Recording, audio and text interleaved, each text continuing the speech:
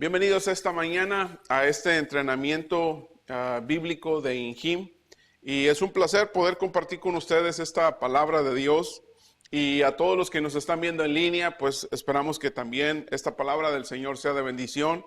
Acuérdense que este entrenamiento es para entrenarlos, para que ustedes compartan a través de este folleto con las demás personas el Evangelio de Jesús. Entonces eso es básicamente el Centro de Entrenamiento Bíblico INJIM.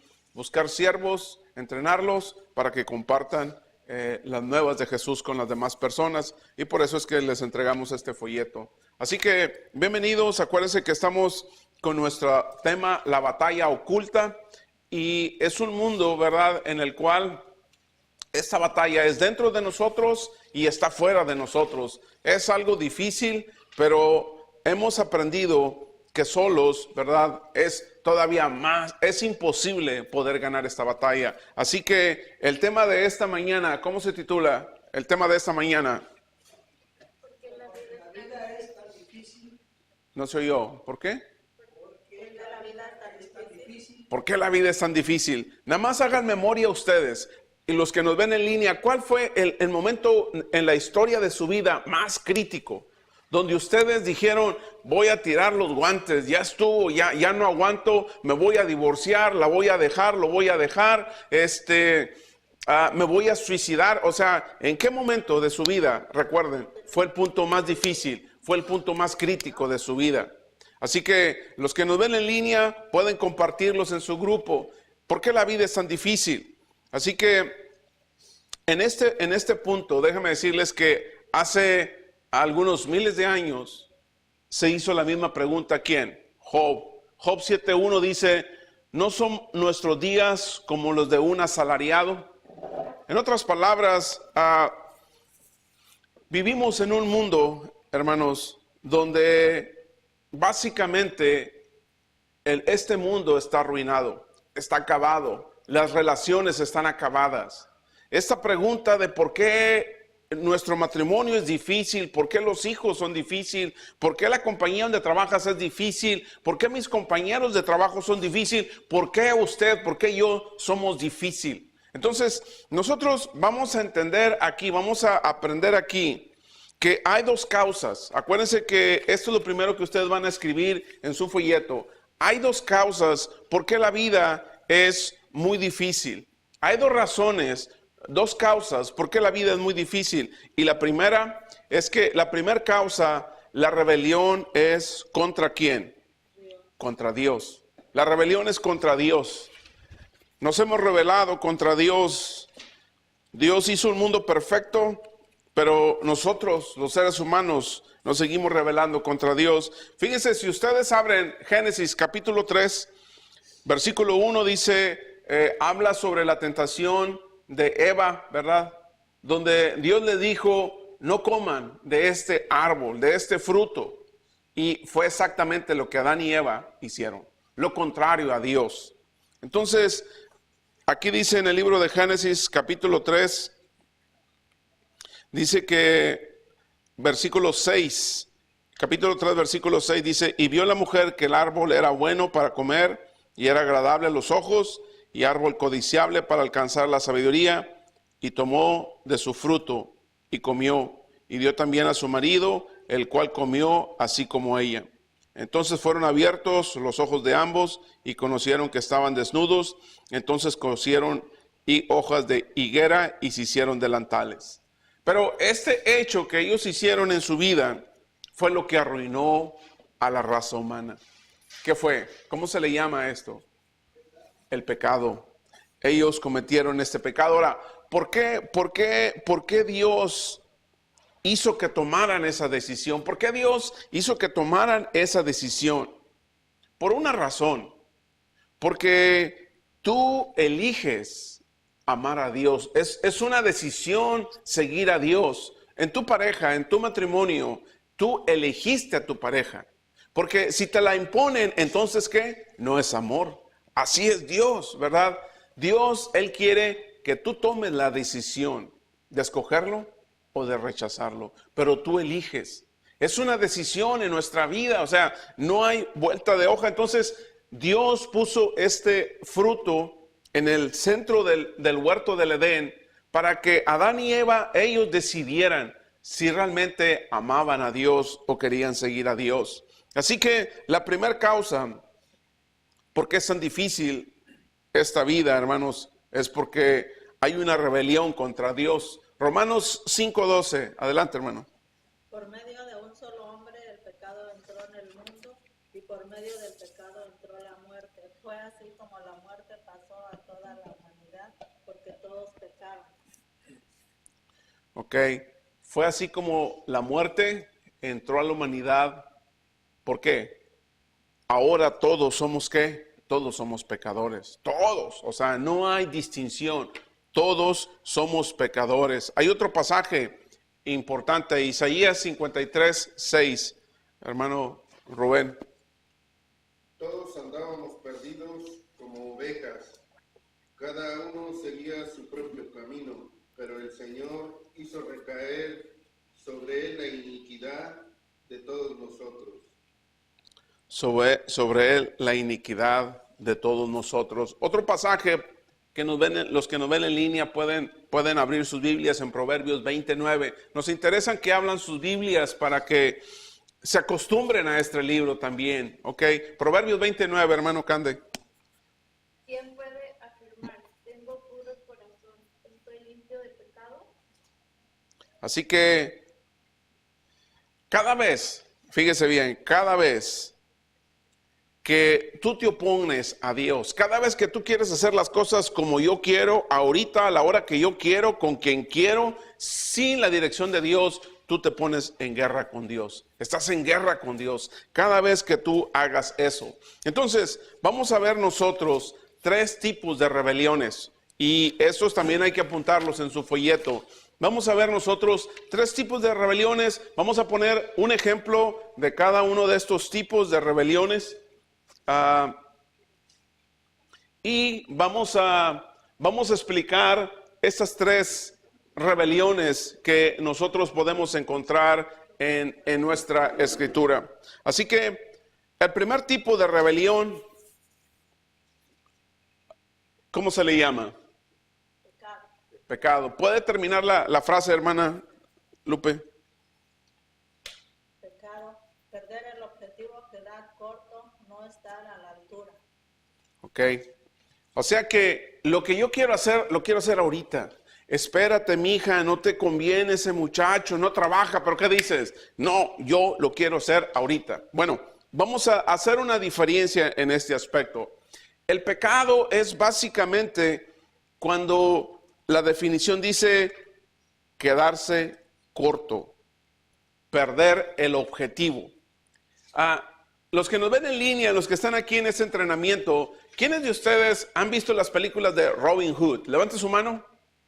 Robin Hood, una persona, 2.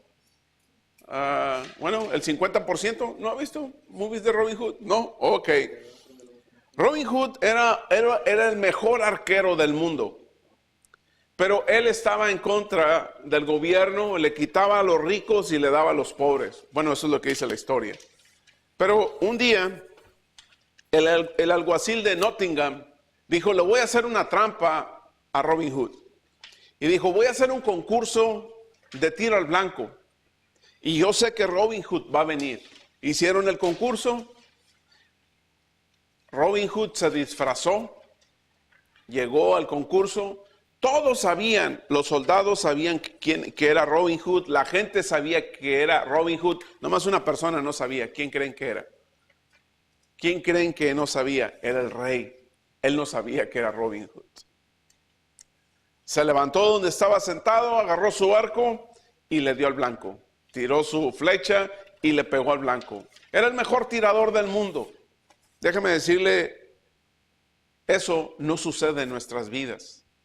Eso en nuestras vidas quedamos cortos, no llegamos al nivel ni a la perfección. Quedamos cortos. Eso se le llama pecado. Pecado es diferente de transgresión. Transgresión, ¿qué dice? ¿Cómo se define transgresión?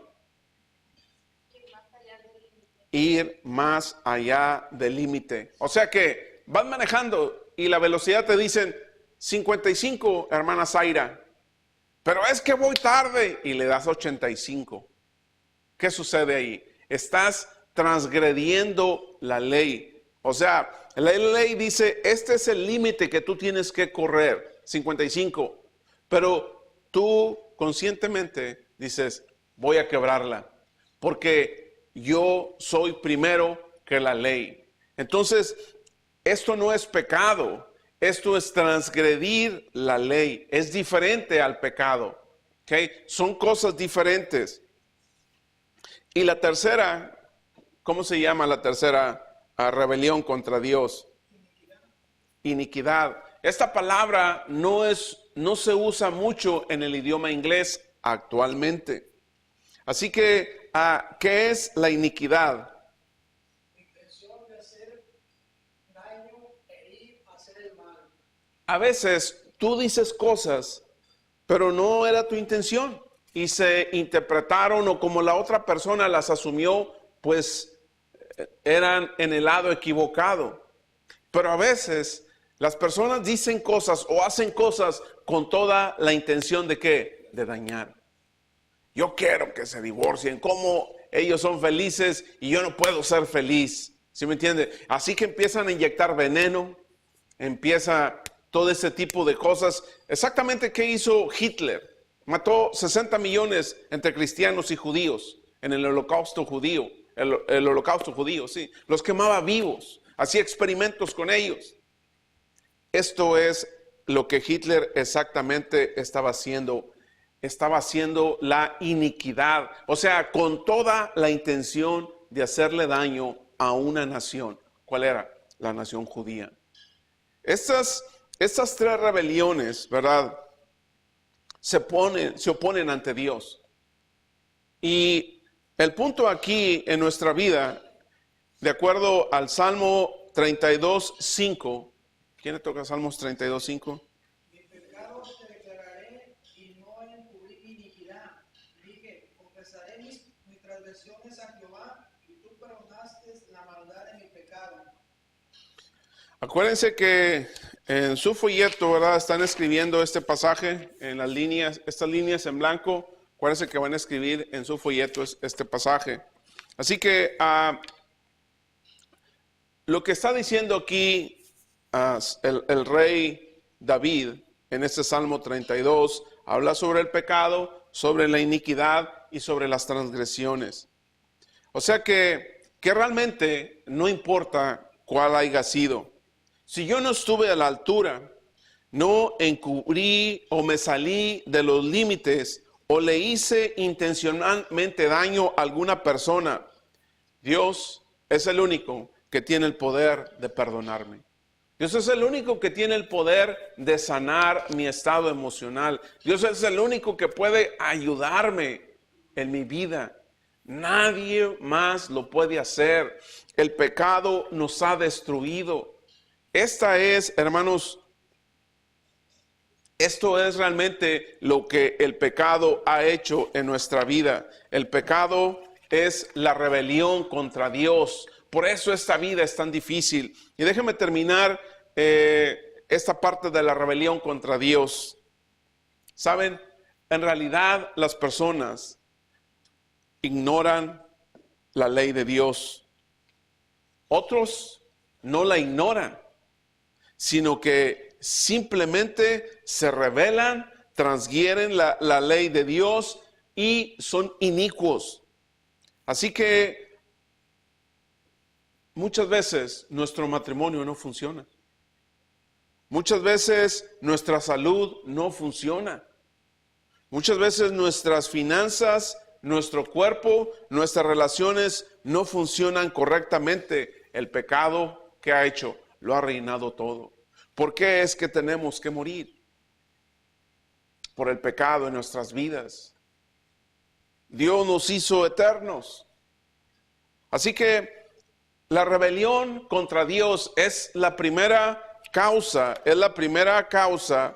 por qué la vida es tan difícil. Ahora, la segunda causa, por qué la vida es tan difícil, el daño, el pecado ha dañado ¿qué?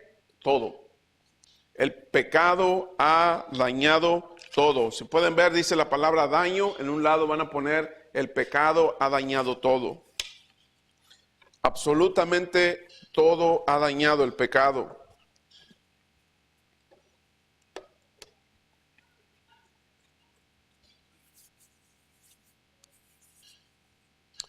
El pecado ha destruido todo, el pecado ha arruinado todo, el pecado ha corrompido todo. Toda relación, cada idea, cada sueño, cada cuerpo humano, todo ha sido tocado por este daño que es el pecado. Pero la Biblia es muy específica. La Biblia es muy específica y la Biblia nos habla de el pecado ha dañado todo. En el libro de Eclesiastés nos enseña 6 dimensiones. 6 dimensiones de cómo el pecado ha dañado todo. Primero, la primera dimensión es natural. El pecado dañó la naturaleza. O sea, no solamente la generación de Adán y Eva, las genealogías de Adán y Eva, sino que el pecado dañó la naturaleza. Hay muchos desastres naturales, tenemos tsunamis, huracanes, tornados, terremotos, ¿verdad? Acuña es un pueblo fronterizo con el río Texas. Nunca habían tenido un huracán, un tornado. Este año tuvieron uno. Estuvieron asustados con lo que pasó en Acuña. Aquí en Iowa, Nebraska, estos estados, Kansas, es normal, porque ese es el clima de aquí. Pero ahora están sucediendo estos fenómenos donde antes no sucedían. No es el global warming, no es el calentamiento global, es el pecado de nosotros. El pecado de este mundo, la decisión de Adán y Eva tuvieron consecuencias en nuestra naturaleza. Dios había hecho un jardín perfecto, Dios había hecho una pareja perfecta, Dios había hecho un mundo perfecto, pero con el pecado los resultados que tenemos ahora son huracanes, terremotos. Así que en Romanos capítulo 8, versículo 20, ¿quién tiene Romanos 8, 20? Hermana Lupe. Porque fue sometida a la frustración, esto no sucedió por su propia voluntad, sino por la del que así lo dispuso, pero queda la firme esperanza. Así que cuando usted mira el nacimiento de siameses y que nacen con sus cabezas pegadas, yo creo que muchas personas se preguntan, ¿por qué Dios permite eso? Acuérdense, no es Dios, es el pecado en nuestras vidas. ¿Qué ha hecho el pecado? El pecado ha deteriorado el ADN, la información genética, ¿verdad? Hay muchas personas que les están diciendo, no tomes. Cuando están embarazadas, no fumes. Cuando están embarazadas, no hagas esto. ¿Y qué hacen? Lo hacen. ¿Cómo nacen estos niños? ¿Cuál va a ser su descendencia de ellos? O sea que el pecado ha destruido nuestro ADN. Así que también hay defectos, discapacidades, no solamente en los seres humanos, sino también en los animales, en nuestras emociones, en muchas cosas de los seres humanos podemos ver las consecuencias del pecado. En Romanos 8:22, ¿qué dice hermano Rubén? Romanos 8:22. Sabemos que toda la creación todavía gime a una como si tuviera dolores de parto. O sea, no solamente los seres humanos necesitan la salvación, también la tierra necesita la salvación. El medio ambiente necesita ser salvo, no solamente las personas. O sea, debido a nuestras decisiones equivocadas, nos rebelamos contra Dios. Entonces, definitivamente, no solamente nosotros necesitamos ser salvos, también la naturaleza. Podemos encontrar la segunda parte, cuando el pecado ha dañado todo, vemos que el pecado ha dañado lo físico. Y lo físico tenemos el deterioro físico y la muerte.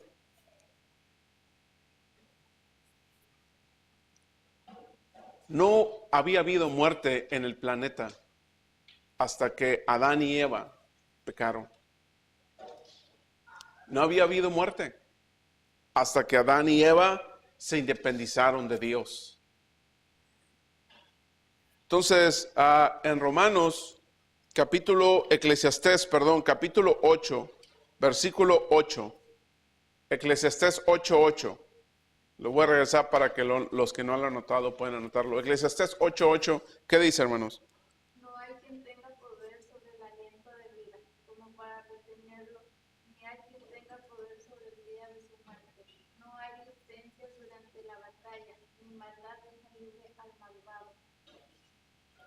O sea que el punto aquí es que aunque te puedas hacer cirugías, usar maquillajes, cremas, nos vamos a envejecer. Ahorita venía bajando una persona las escaleras y con dificultad, ¿verdad? Venía bajando las escaleras. ¿Por qué? Porque ya no es igual a nuestra edad cuando teníamos 20 años. Entonces, el punto aquí en nuestra vida es que la muerte trajo el envejecimiento a nuestro cuerpo. Miren, si usted se corta, ¿qué hacen las células? Regeneran su tejido. Eso demuestra que nuestro cuerpo estaba diseñado para ser eterno. Pero, ¿por qué las células se empiezan a envejecer? Dejan de renovarse constantemente y empezamos a envejecer. ¿Por qué? Eso se le llama pecado. El pecado originó esto, el envejecimiento y luego después como consecuencia la muerte.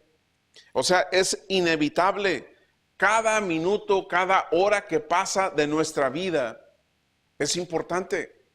¿Por qué? Porque no sabemos cuándo vamos a morir. ¿Qué hacían los faraones en Egipto? Los embalsamaban, tenían una ciencia bien avanzada en embalsamar los cuerpos, se aferraban a este mundo. Sin embargo, en aquel mundo, en el otro mundo, realmente, definitivamente, la muerte ya no existe. Así que hay un pasaje en 2 Corintios 4:16. ¿Quién le toca 2 Corintios 4:16? Porque así como en Adán todos mueren, también en Cristo todos serán vivificados. Así que, ¿qué sucede? Durante el día se nos miran los dientes brillosos, ¿no? Y llega uno en la noche a la hora de acostarse y agarra la dentadura y la pones en un vasito con agua. ¿Qué quiere decir eso? Que ya nos hicimos viejitos, que ya envejecimos. Eso es lo que quiere decir. ¿Por qué tiene que suceder esto en nuestras vidas? Así que definitivamente es el pecado. Déjame ponerles un ejemplo más. Existe la evolución y existe la física. Y la evolución dice que nosotros venimos de un sistema desordenado y vamos a un sistema ordenado. O sea que algo cayó en el agua, que surgió una célula viva y se fue transformando hasta dar una característica quizás de un pez, y luego salió del agua caminando y fue evolucionando a través de los millones de años, se transformó, llegó a ser un simio y luego después del simio siguió evolucionando, fue mejorando y surgió el ser humano. Eso es lo que la evolución dice. Pero si usted cree en la evolución, yo creo que usted no puede creer en la física. Porque la ley de la termodinámica, estas son dos leyes físicas. La primera ley dice que la materia no se crea, ¿ni qué? Ni se destruye, solamente se transforma. La segunda ley de la termodinámica se opone completamente a la evolución. ¿Y qué dice esta segunda ley de la termodinámica? Que venimos de un sistema ordenado y que vamos hacia un sistema que desordenado. ¿Cuál de estos dos planteamientos se acerca más a la escritura? ¿El primero o el segundo? ¿La evolución o la segunda ley de la termodinámica? ¿Cuál de estos dos se acerca más a la Biblia? Los que nos ven en línea, ¿cuál de estos dos se acerca más a la Biblia? Si tú crees en la evolución, no puedes creer en la segunda ley de la termodinámica, porque son opuestas. Entonces, ¿cuál es la más bíblica? Obviamente, la segunda ley de la termodinámica. Dios nos hizo perfectos, Dios hizo un mundo perfecto, Dios hizo una pareja perfecta, Dios hizo la naturaleza perfecta, los animales perfectos, pero el pecado, ¿qué hizo? Arruinó todo. O sea, venimos de un orden y vamos hacia un desorden. Y ustedes pueden ver, no solamente tenemos una crisis financiera, no solamente hay tanta discriminación, asesinatos, delincuencia en el mundo, hay corrupción y cada día esto se va incrementando más y más y más. Cada vez más personas mueren por cáncer, niños que nacen con cáncer, niños que nacen con adicciones. Cada día, hermanos, vamos hacia un degeneramiento, hacia un desorden. Así que la materia básicamente se está descomponiendo. Está en un proceso de descomposición y la energía se está desgastando. Así que básicamente, hermanos, tenemos un deterioro físico y tenemos también la muerte. Así que 1 Corintios 15:22, ¿qué dice, hermanos? ¿Sí lo leyeron, verdad? Ok, esta es la tercera dimensión que aprendemos en Eclesiastés. La tercera dimensión que aprendemos es emocional. Produce angustia emocional y decepción. Angustia emocional y decepción.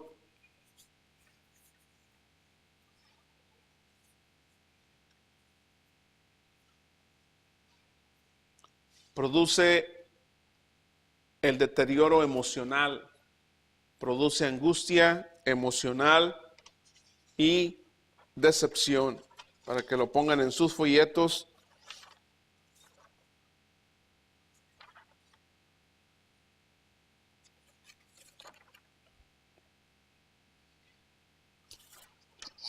Acuérdense, esta es la segunda causa. El pecado ha dañado todo.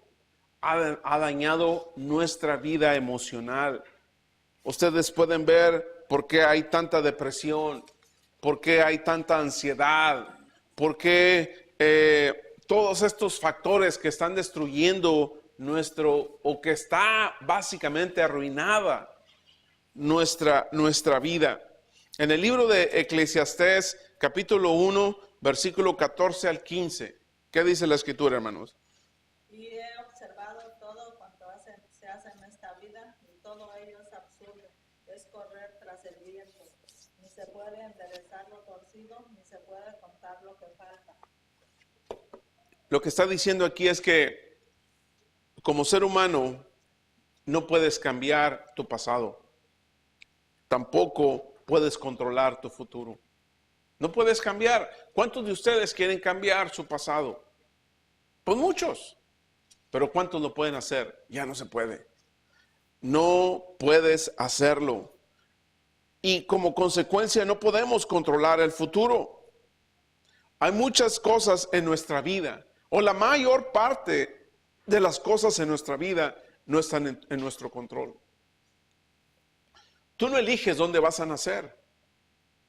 Muchos, he escuchado a algunos, ¿cómo mi papá y mi mamá no se vinieron antes para haber nacido en Estados Unidos?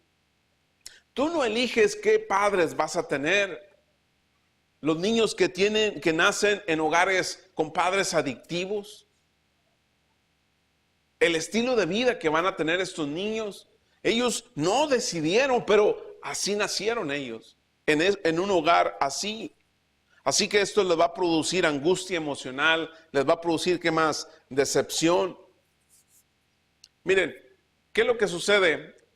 Normalmente, en promedio, una mujer planea su boda por un año. Y luego, ¿cuánto dura la boda? Otro año, ¿no es verdad? Horas. Y se acabó la boda. En otras palabras,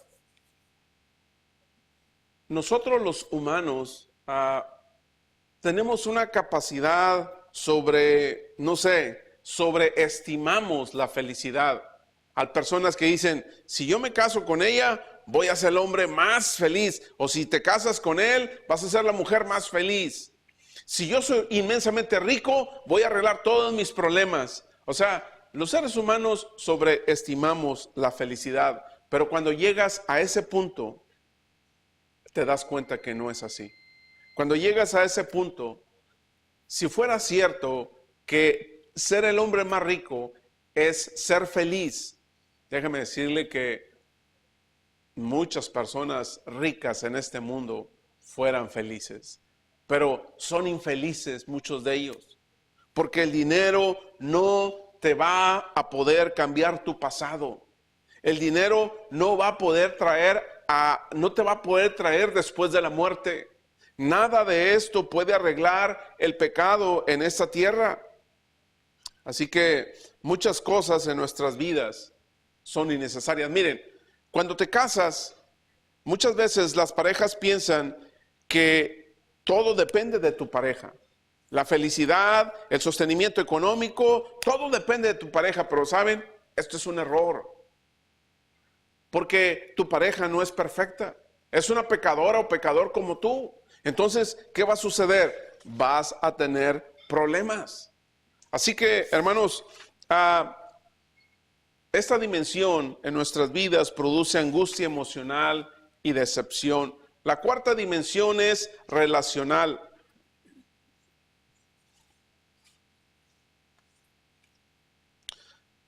El pecado aquí produce distancia relacional y discordia. Produce distancia relacional y discordia. Acuérdate cuando te casaste, aunque haya sido un hombre que va a la iglesia o una mujer que va a la iglesia. No quiero decir cuál iglesia, simplemente es una persona que van a la iglesia, leen la Biblia, oran a Dios, tratan de agradar a Dios, pero aún así siguen pecando. ¿Por qué? Porque esa es la naturaleza de cada uno de nosotros. Pecamos, pecamos y pecamos. Así que esta es una de las dimensiones. El pecado trae una dimensión relacional, produce distancia en la relación y ¿qué más produce? Discordia. ¿Por qué no funcionan las parejas? ¿Por qué los matrimonios se están divorciando? ¿Saben, parejas? ¿Por qué es tan fácil divorciarte? Porque las parejas hoy en día no están dispuestas a sacrificarse. El amor implica sacrificio. ¿Y qué está sucediendo? Las parejas, es lo más sencillo, no me quiero sacrificar. ¿Por qué? Porque todo se trata de ti, de ella, de él. Así que el amor implica ¿qué? Sacrificio. Eso es lo que implica el amor. Así que, ¿por qué hay distancia, discordia en la relación? Porque el pecado está en nuestras vidas. Eclesiastés capítulo 4, versículo 1, hermanos. Eclesiastés 4:1. Luego me fijé en tanta opresión que hay en esta vida. Vi llorar a los oprimidos y no había quien los consolara. El poder estaba del lado de sus opresores y no había quien los consolara. O sea que no hay consuelo. No hay consuelo en este mundo. No hay esperanza, sino solamente la esperanza proviene de Dios. Génesis 3:7, y acuérdense que van a poner esto que está aquí en su folleto. Génesis 3:7, ¿qué dice, hermanos? En ese momento se les abrieron los ojos y tomaron conciencia de su descendencia. Ok. Por eso, para cubrirse, tejieron hojas de higuera. O sea que al momento que pecaron, Adán y Eva, volvemos otra vez a Adán y Eva, ¿verdad? Se dieron cuenta que estaban desnudos. ¿Quién les dijo eso? ¿Quién te dijo, Adán? ¿Y qué hizo Adán? Ya era un pecador. Le echó la culpa a Eva. ¿Y qué hizo Eva? ¿Le aventó la culpa a quién? A la suegra. No, Eva no tenía suegra, me disculpan, pero Eva no tenía suegra. ¿Le echó la culpa a quién? A la serpiente. O sea que ni Adán ni Eva quisieron responsabilizarse de su decisión equivocada. ¿No les suena familiar esto en sus vidas? Así que podemos ver que la consecuencia es que se escondieron de Dios. ¿Dónde estás, Adán? Es que me escondí porque tuve miedo, tuve vergüenza. ¿Y qué hizo Adán y Eva para proteger su vergüenza, cubrir sus partes? Cosieron higueras, hojas de higueras y cubrieron sus partes. La comparación es esta. Adán y Eva arreglaron el problema del pecado, ¿no? Muchas personas están en la misma situación que Adán y Eva.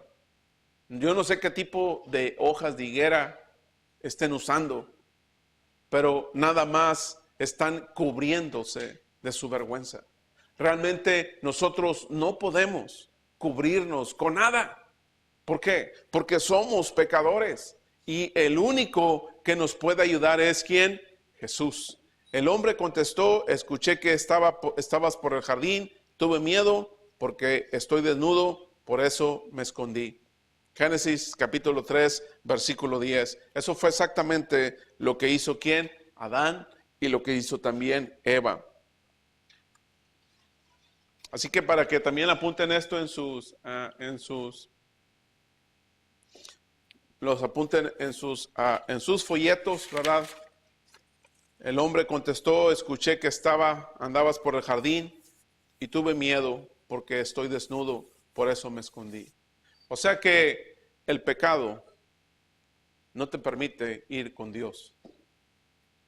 Para mí es bien fácil el domingo decirle a las personas, entreguen su vida a Jesús. Y ustedes lo pueden ver. Cada domingo, ¿cuántas personas vienen a Jesús? Saben que están mal. Saben que no están bien. La hermana María, yo creo. ¿Podemos ver eso? ¿Podemos entender esto? ¿Por qué para las personas les es bien difícil entregar su vida a Jesús? ¿Por qué? Por el pecado que está en sus vidas. Para mí es fácil decirles, entreguen su vida a Jesús, pero ¿qué dice el pecador? No quiero comprometerme con Dios. Se esconden de Dios. Así que la quinta dimensión, ¿por qué es tan difícil esta vida? Por las dificultades financieras y vocacionales. El pecado ha dañado toda nuestra vida financiera. Nuestra forma profesional están dañadas. El pecado ha hecho todo el daño en nosotros. ¿Por qué gastas más de lo que ganas? Así que muchas de estas cosas, hermanos, nos llevan a pensar, si diezmo, me voy a quedar, no voy a completar para pagar para mis gastos. Así que, ¿qué hacen las personas? No diezmamos. ¿Y qué dice en la escritura Malaquías, el último capítulo? El único pasaje donde Dios te dice, pruébame, es en los diezmos. Dice, pruébame en los diezmos y las ofrendas y yo derramaré bendición hasta que sobreabunde. Es el único pasaje de la escritura. Pero ¿por qué las personas no quieren ofrendar, no quieren diezmar? El pecado en la vida de las personas. Así que esta es la dimensión de las dificultades financieras y vocacionales. El pecado ha arruinado este aspecto financiero y vocacional en nuestra vida. Eclesiastés capítulo 5, versículo 13 al 14. He visto un mal terrible en esta vida. Riquezas acumuladas que redundan en perjuicio de su dueño y riquezas que se pierden en un mal negocio. Y si llega su dueño a tener un hijo, ya no tendrá nada que dejarle. O sea que lo que nosotros estamos aprendiendo aquí es que tú te esfuerzas tanto por acumular las riquezas y que en realidad no sabes ni quién se las va a gastar. Eclesiastés capítulo 2 versículos 17 al 20 dice: aborrecí entonces la vida, pues todo cuanto se hace en ella me resultaba repugnante. Realmente todo es absurdo, es correr tras el viento. Volví a sentirme descorazonado de haber afanado tanto en esta vida. Esto es Salomón, el hombre más sabio de la vida. Está diciendo: todo por lo que tú te afanas en este mundo, cuando te mueres, no te ayuda de nada. Todos esos desvelos que dejas de comer, dejas de conectarte, de tener una relación con Dios, por todo este esmero material, a final de cuentas, cuando estás en el lecho de muerte, déjame decirle que las personas, cuando ya se están muriendo, lo que menos piensan ellos es en sus títulos. Cuando el doctor le dice: tienes cáncer, te vas a morir, lo que menos piensan ellos es en cuánto dinero acumularon. ¿Saben qué quieren ellos? Estar con sus familias, verlos, hablarles de perdida. Así que, hermanos, la última dimensión donde el pecado ha arruinado todo es la espiritual. Tenemos el descontento espiritual y la oscuridad. Al ignorar a Dios, no solo tenemos consecuencias emocionales, relacionales, financieras y vocacionales y físicas, también tendremos consecuencias espirituales, descontento, y vamos a tener oscuridad. A lo mejor alguna vez usted sintió que Dios estaba a kilómetros de distancia de usted. En el momento más crítico, a lo mejor de su divorcio, de la pérdida de un ser querido, a lo mejor cuando estabas en bancarrota, cuando no valías nada para esta sociedad, sentiste que Dios estaba a miles o cientos de kilómetros de ti. Pero hay un libro, en el libro de Isaías, capítulo 59, versículo 2, y nos habla sobre el descontento espiritual y oscuridad. Job capítulo 6, versículo 18 dice: las caravanas se apartan de sus rutas, se encaminan al desierto y ahí mueren.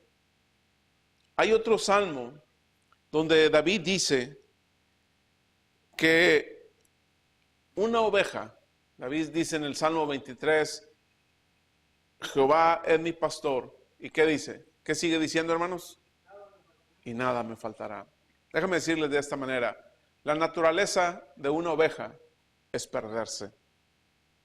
La naturaleza de un ser humano es perderse. ¿Por qué? Porque el pecado en nuestras vidas es natural para nosotros hacer el pecado. Por eso David usa y nos compara con las ovejas. La oveja, si no tiene un pastor, se va a perder y se va a morir, o el lobo se la va a comer. Nosotros somos como las ovejas. Necesitamos un pastor. Por eso David dijo: Jehová es mi pastor y nada me va a faltar. En Efesios 4:18, a causa de la ignorancia que los domina y por la dureza de su corazón, estos tienen oscurecido el entendimiento y están lejos de la vida que proviene de Dios. El apóstol Pablo les está hablando a la iglesia en Éfeso. Déjame decirle de esta manera, que nuestra sociedad minimiza el pecado, se ríe del pecado, y uno de los promotores muy poderosos del pecado es la televisión. La televisión pone el pecado como algo gracioso, como algo normal, como algo que no hay problema. Así lo establece la televisión. Y uno de los de los target, de los blancos de la televisión son los niños. Porque los niños todavía no tienen definido muchas cosas en su mente. Entonces, hoy en día la televisión los está educando y les está diciendo a nuestros hijos y a los nietos de nuestros hijos y a la generación que viene, el pecado es algo natural en ti. Síguelo haciendo, no importa cómo lo hagas, con quién lo hagas, a la hora que lo hagas. En otras palabras, todo esto necesitamos una solución. ¿Cuál es la solución al pecado? ¿Cuál es la solución al pecado en mi vida? La solución solamente es un camino. Aceptar a Jesús como mi Salvador. Entregar mi vida a Jesús. Aceptar a Jesús como mi Salvador. Acepte a Jesús como su Salvador. Entregue su vida a Jesús. Bautícese. O sea, en nadie más usted puede ser salvo. Solamente a través de Jesús. Solamente a través del bautismo. Esa es la manera como nosotros vamos a ser salvos. Hay un pasaje muy importante, antes de leer los que tenemos en pantalla. Es en el libro de Hechos, capítulo 2. Es en el Nuevo Testamento. El libro de Hechos fue escrito por el doctor Lucas y dice de esta manera, Hechos capítulo 3, dice,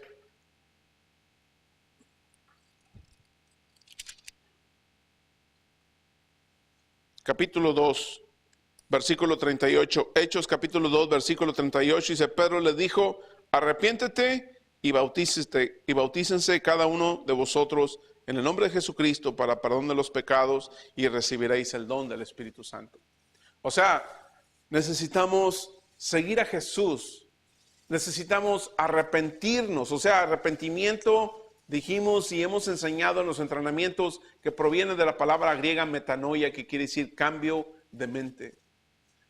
Y luego después, bautízate. Y recibes dos cosas, garantizado. Sanidad emocional, tus pecados te son perdonados. Y segundo, recibes al Espíritu Santo en tu vida. Esa es la solución al pecado en nuestra vida. Dice Juan 16:33, yo les he dicho estas cosas para que en mí haya paz. En este mundo afrontarán aflicción, pero anímense, yo he vencido al mundo. La segunda solución, hermanos, a este problema, necesitamos seguir su luz.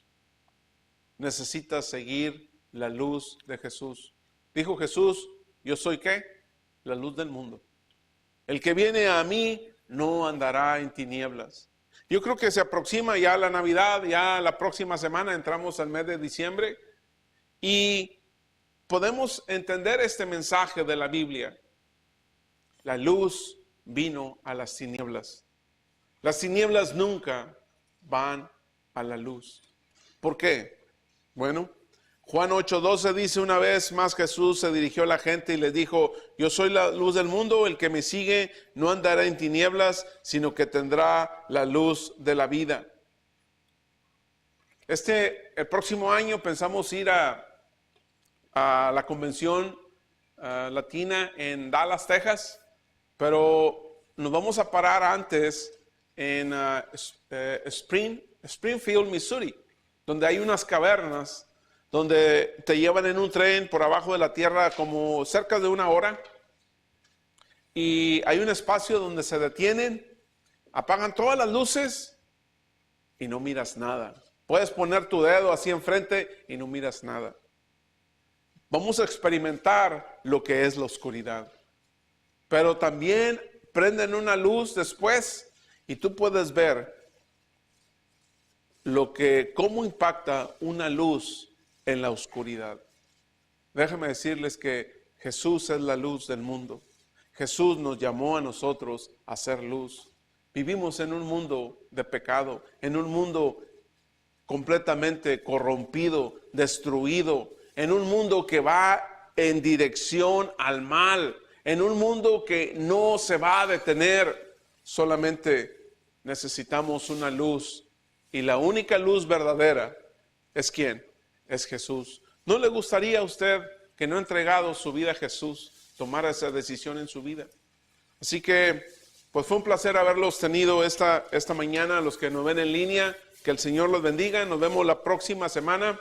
Y esto es el Centro de Entrenamiento Bíblico de INJIM. Que el Señor les bendiga.